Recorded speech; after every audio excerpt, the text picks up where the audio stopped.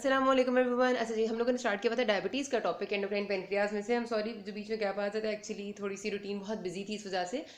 मेरी कोशिश है मैं जितना जल्दी हो सके मैं सारा कवर कर लूँ। आई नो आप सबके एग्जाम्स फरवरी से मोस्ट लोगों के स्टार्ट हो रहे हैं। इंशाल्लाह मेरी कोशिश है कि मैं इन 2 दिन में ही इसको ख़त्म कर दूँ।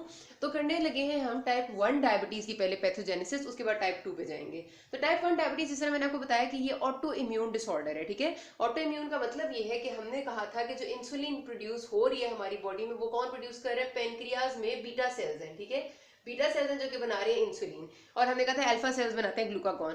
तो अगर ऐसा हो कि इन बीटा सेल्स को डिस्ट्रॉय कर दिया जाए, इन बीटा सेल्स को मार दिया जाए, तो जाहिर सी बात है कि बॉडी में इंसुलिन भी नहीं रहेगी, ऐसे ही है। और इन बीटा सेल्स को अगर डिस्ट्रॉय बॉडी की अपनी इम्यूनिटी कर दे, बॉडी की अपनी इम्यूनिटी क्या है? अपने हमारे जो टी सेल्स हैं, जो जाहिर सी बात है साइटोटॉक्सिक टी सेल्स हैं, यही है ना। और दूसरा हमारे बी सेल्स हैं जो हमारी एंटीबॉडीज हैं। तो अगर ये दोनों मिलके हमारे अपने ही पेनक्रियाज को डिस्ट्रॉय कर देंगे, तो जाहिर सी बात है कि पेनक्रियाज इंसुलिन प्रोड्यूस नहीं करेंगे, और तब हमारे पास हो जाती है टाइप 1 डायबिटीज। तो इसकी आपकी जो सारी की सारी एसोसिएशन है वो ऑटो इम्यून इन नेचर है। अच्छा, तो अब जाहिर सी बात है कि अगर हमने कहा कि इसमें ऑटो इम्यून बेसिस है, बॉडी की अपनी इम्यूनिटी अटैक करने लग जाती है, तो जाहिर सी बात है कि ऐसी डिजीज जो ऑटो इम्यून बेसिस रखती है वो ज्यादातर आपकी जेनेटिक एसोसिएशन के साथ होती है, तो उसमें कोई ना कोई आपकी जीन्स में प्रॉब्लम आ रही होती है। अब आप मुझे ये बता दे, आपको पता है ये सारी बातें कि जहां पर हमारे पास जीन्स में चेंजेस आ रही है, तो वो मोस्ट कॉमनली यही होगा कि वो बाय बर्थ होंगी। तो जाहिर है जो आपकी ये वाली टाइप 1 डायबिटीज है ना, ये बच्चों में ही मैनिफेस्ट हो जाती है। डिपेंड करता है कि अटैक जो है वो बचपन से शुरू हुआ होता है, मतलब बॉडी में क्रॉनिकली बॉडी की अपनी ही immunity attack Aahista Aahista pancreas के बीटा सेल्स को मुसलसल कर रही होती है, बाय बर्थ कर रही होती है। और यही बात होती है कि कब जब तक वो अच्छे खासे अटैक हो चुके होंगे, 70-80% खत्म हो चुके होंगे, उसके बाद मैनिफेस्टेशन आना शुरू होती है, उससे पहले नहीं आती होती। और उसके बाद जब मैनिफेस्टेशन आती है कभी कभार, तो तब भी हाइपरग्लाइसीमिया को इतना नोट नहीं किया जाता, मतलब हाइपरग्लाइसीमिया पे ध्यान नहीं दिया जाता ना। हाइपरग्लाइसीमिया तो आपको होता है पोलीडिप्सिया, पोलीयूरिया, इन चीजों के साथ प्रेजेंट करता है, तो उस पर ध्यान ना दिया जाता है। और आखिर में जो पेशेंट की प्रेजेंटेशन होती है वो सीधी सीधी कीटोएसिडोसिस के साथ होती है। कीटोएसिडोसिस में भी आपको आगे समझाऊंगी कि क्या चीज होती है। इसमें बॉडी में कीटोन बॉडीज बहुत ज्यादा बढ़ जाती हैं। मैं आपको इसकी पूरी पैथोजेनेसिस इसकी समझाऊंगी, ये बड़ा इंपॉर्टेंट कॉन्सेप्ट है। तो बहरहाल ज्यादा से ज्यादा 10-12 साल की उम्र होती है जिसमें आपको आराम से आप डिटेक्ट कर लेते होते हैं इसको। और अगर अचानक से डिटेक्शन होती है तो वो मैंने बताया कि कीटोएसिडोसिस की वजह से होती है, लेकिन उसके पीछे एक पूरे 10-12 साल का सिनेरियो चल रहा होता है जो बॉडी को अटैक कर रहा होता है, जो पैनक्रियाज को अटैक कर रहा होता है, ठीक है। अच्छा, अब इसमें हमारे पास क्या वजह है जो टाइप 1 डायबिटीज बताई थी मैंने आपको, कहा कि क्यों ऑटो इम्यून रिस्पॉन्स जो है वो एक्टिवेट हो जाता है पेनक्रियाज के खिलाफ। तो दो बातें इसके लिए उनने कही हैं। एक तो ये कि जेनेटिक ससेप्टेबिलिटी है लोगों की बहुत ज्यादा, मतलब जीन्स में ऐसी चेंजेस आ जाती हैं जिसकी वजह से ये डिजीज होती है, और कुछ इन्वायरमेंटल फैक्टर्स जो रोल प्ले करते हैं। तो जो जेनेटिक ससेप्टेबिलिटी है उसमें ये देखा गया है। मैं पहले आपको एक सिंपल सा प्रोसेस याद करा देती हूँ कि नॉर्मली आपको पता है कि जब भी कोई एंटीजन बॉडी में आता है, ठीक है, ये एंटीजन बॉडी में आया है, तो हम कहते हैं कि कुछ हमारी बॉडी के एंटीजन प्रेजेंटिंग सेल्स होते हैं, जिसमें हमने डेंड्रिटिक सेल्स का नाम लिया था, मैक्रोफेजेस की कुछ टाइप्स होती हैं, ये एंटीजन प्रेजेंटिंग सेल्स होते हैं, एपीसीज, ठीक है, मैंने इन्हें आपको बताया हुआ है। ये एंटीजन प्रेजेंटिंग सेल्स जो है इस एंटीजन को पहचानते हैं, और इनकी सरफेस पे कुछ आप समझ लें कैप्चर करने के लिए चीजें पड़ी हुई होती हैं, इनकी सरफेस पे होती हैं।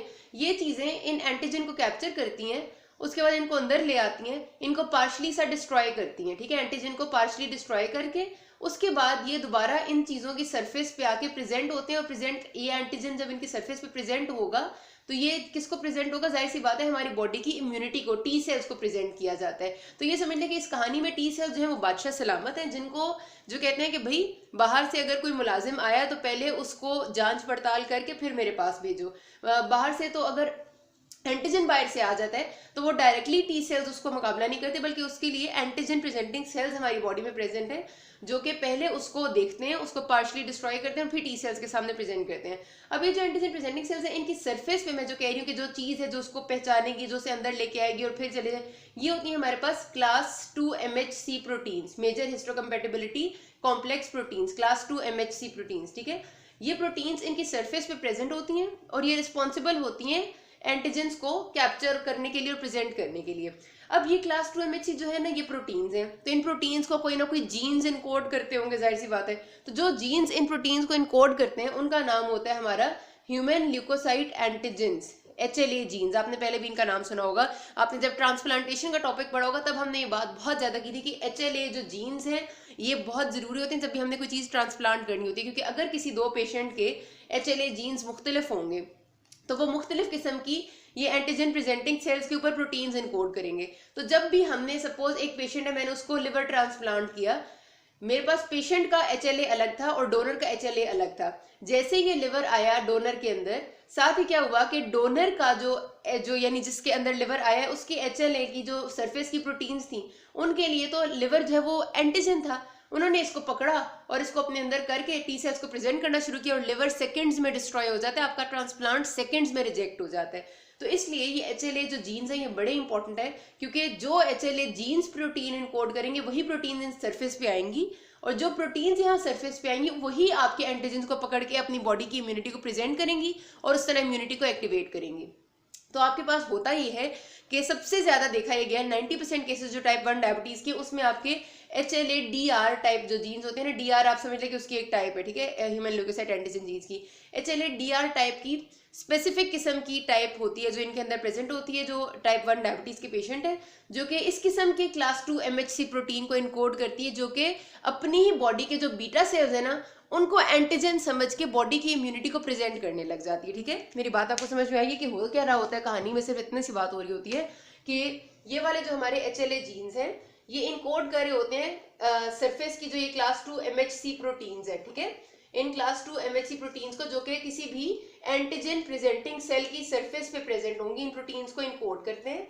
और टाइप 1 डायबिटीज के लोगों में HLA जीन्स ऐसी सरफेस प्रोटीन्स इनकोड करते हैं जो क्या करती हैं कि अपनी ही बॉडी के बीटा सेल्स को समझने लग जाती है कि ये भाई एंटीजन है।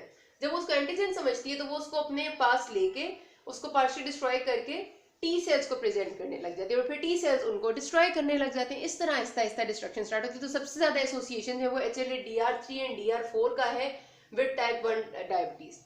फिर हमारे पास सिर्फ इसका नहीं है, ऐसा भी है कि बहुत सारे लोग ऐसे भी देखे गए हैं जिनमें HLA DR3 DR4 था लेकिन उन्हें टाइप 1 डायबिटीज नहीं थी।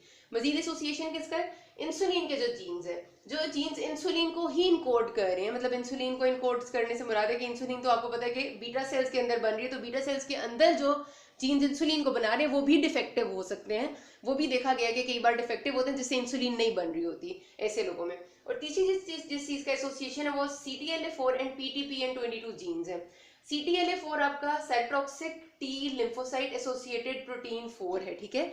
ये बेसिकली आपके समझ लें कि एक ऐसी चीज है जो कि साइटोटॉक्सिक जो टी सेल्स है ना आपके, ये वाले जो डिस्ट्रॉय करने वाले टी सेल्स होते हैं, साइटोटॉक्सिक टी सेल्स, इसकी एक्टिवेशन के लिए रिस्पॉन्सिबल होती है। तो जिन लोगों में इसकी एक स्पेसिफिक टाइप प्रेजेंट होगी जो कि साइटोटॉक्सिक टी सेल्स को जरूरत से ज्यादा एक्टिवेट करेगी और बॉडी की अपनी ही इम्यूनिटी जो है वो अटैक करने लग जाएगी अपनी चीजों को, तो उनमें भी देखा गया कि डायबिटीज हो जाती है।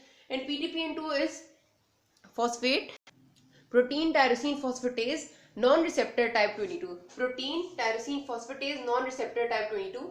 तो आप इतना याद रख लें कि ये आपको इनके नाम याद रखने की ना लंबे लंबे बिल्कुल भी जरूरत नहीं, आप सिर्फ जीन्स का मोटा मोटा सा नाम याद रखें। तो ये आपने इतना याद रखें कि PTPN22 भी एक ऐसी चीज है जो कि आपकी बॉडी में इम्यून रिस्पॉन्सेज को एक्टिवेट करती है, ठीक है।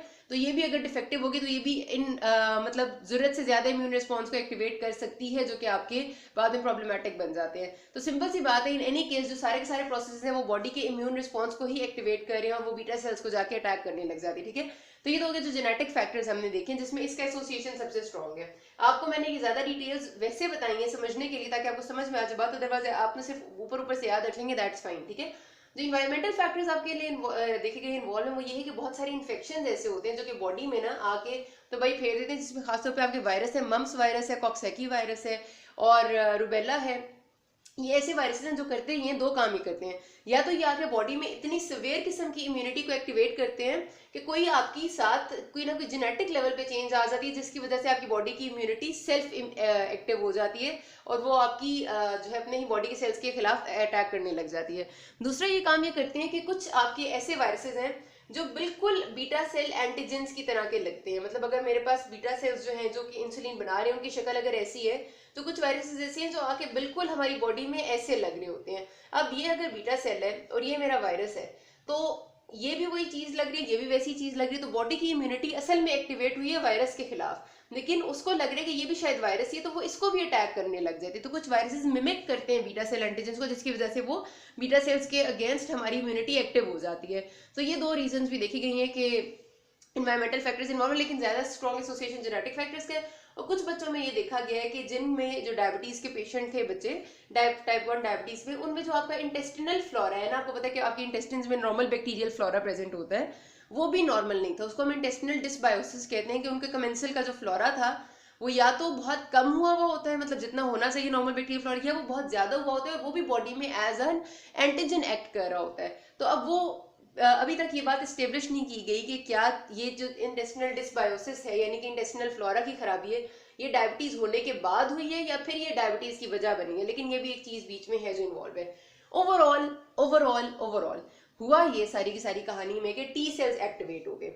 और टी सेल्स को आपको पता है, हमने एक बात शुरू में पढ़ी थी कि जब हमारी बॉडी बन रही होती है ना, तो हमने कहा था जब टी सेल्स बन जाते हैं during formation of the body, तो जब टी सेल्स की फॉर्मेशन होती है उसके बाद सारे के सारे टी सेल्स जाते हैं थाइमस में। थाइमस आपको पता है हमारी बॉडी का एक ऑर्गन ही कह लें आप, रिग्रेसिव ऑर्गन होता है। तो जितने भी टी सेल्स जब बनते हैं वो सारे पहले थाइमस में जाते हैं। थाइमस उन्हें चेक ये करता है कि जितने टी सेल्स बन रहे हैं वो कहीं उनमें से कोई भी एक ऐसा तो नहीं है जो बॉडी के अपने नॉर्मल सेल्स को अटैक कर रहा हो। यानी टी सेल्स जितने भी बन के आए हैं उनमें से कोई भी ऐसा नहीं होना चाहिए जो बॉडी के नॉर्मल सेल्स को, किसी भी नॉर्मल सेल को या किसी भी नॉर्मल चीज को अटैक करे। अगर ऐसा कोई भी टी सेल होता है तो उसको वहीं पर डिस्ट्रॉय करके खत्म कर दिया जाता है ताकि अपनी बॉडी की किसी भी चीज पे अटैक ना हो। ये प्रोसेस होता है क्लोनल डिलीशन का प्रोसेस, ठीक है। अगर हमारे पास कभी भी ये प्रोसेस डिफेक्टिव हो जाता है तो जाहिर सी बात है कि कोई ना कोई ऐसा टी सेल जिंदा रह जाता है जो कि बॉडी के अपने सेल्स के खिलाफ अटैक कर रहा होता है। और जब वो ऐसा टी सेल जिंदा रह जाता है तो फिर आपका वो चीज अटैक होने लग जाती है और फिर आपकी वैसी डिजीज आती है। यही वाला कॉन्सेप्ट बीटा सेल या पेनक्रियाज के केस में भी देखा गया कि टाइप 1 डायबिटीज के लोगों में जो क्लोनल डिलीशन का प्रोसेस है वो खराब हो जाता है, जिसकी वजह से आपका थाइमस में टी सेल्स को रिमूव नहीं किया जाता जिनको हो जाना चाहिए था, और वो बीटा सेल्स पे अटैक करने लग जाते हैं। तो इसकी वजह से भी आपका प्रॉब्लम होता है, क्योंकि नॉर्मल हालात में, अच्छा नॉर्मल हालात में फिर एक और प्रोसेस है, अल्लाह ताला ने बड़े मैकेनिज्म रखे हुए रोकने के लिए, कि अगर आपके ये टी सेल्स नहीं रुके और ये बीटा सेल्स को अटैक कर रहे हैं तो एक और तरह के टी सेल्स होते हैं जिनको हम कहते हैं सप्रेसर टी सेल्स या रेगुलेटरी टी सेल्स। आपने पढ़ा होगा ये नाम पहले, कि अटैक करने वाले तो साइटोटॉक्सिक होते हैं ना, लेकिन आपके पास एक और तरह के टी सेल्स होते हैं जिनको हम रेगुलेटरी या सप्रेसर टी सेल्स कहते हैं, जो हमेशा आपके इम्यून रिस्पॉन्स को सप्रेस करते हैं, डाउन रेगुलेट करते हैं, और खासतौर पर जो खराब हो रहा होता है उसको चेक एंड बैलेंस करते हैं। तो टी रेग्स या रेगुलेटरी टी सेल्स भी देखा गया है कि आपके इस केस में नॉर्मल नहीं होते, वो रिस्पॉन्स को डैम्प भी नहीं करते, वो नॉर्मल भी नहीं करते, बीटा सेल्स बेचारे डिस्ट्रॉय होते रहते हैं। तो इन ऑल ये सारा आपका बॉडी का अपना ऑटोइम्यून प्रोसेस है जो चल रहा होता है। ये मोटी मोटी सी बातें आपने याद रखनी। यहाँ तक बात खत्म करनी, कोई मसला हो can ask me. Thank you.